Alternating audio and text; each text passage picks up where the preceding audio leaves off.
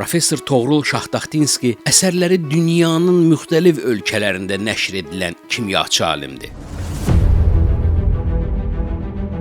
Toğrul Şahtaxtinskinin atası Nemət bəy neft mühəndisi, anası Zəhra xanım isə biologiya üzrə mütəxəssis idi. Yəni o, elə kiçik yaşlarından elm mühitində böyüyüb, kimyaya olan marağı Toğrul Şahtaxtinskini Azərbaycan Dövlət Neft və Sənaye Universitetinə aparıb. O təhsilini başa vurduqdan sonra Azərbaycan Milli Elmlər Akademiyasında işləməyə başlayıb. Toğrul Şahtaxtinskinin əsas işi neft və qaz məhsullarının kimyəvi emalı ilə bağlı idi. Toğrul bəy neftin içindəki bəzi maddələri elə emal edirdi ki, onlardan faydalı sənaye məhsulları alınsın. Professor xüsusilə butan və butilen kimi qazların emalı ilə yeni sənaye məhsulları əldə etmək üzərində işləyirdi. Toğrul Şahtaxtinski hətta propan qazını sirkə turşusuna çevirməyin yeni üsulunu tapmışdı. Bu turşu təkcə mətbəxdə yox, tibbdə, sənayedə və bir çox sahədə istifadə olunur. Onun sözü gedən sahədə apardığı tədqiqatlar C4 karbohidrogenləri və onların sənaye törəmələri adlı kitabında toplanıb.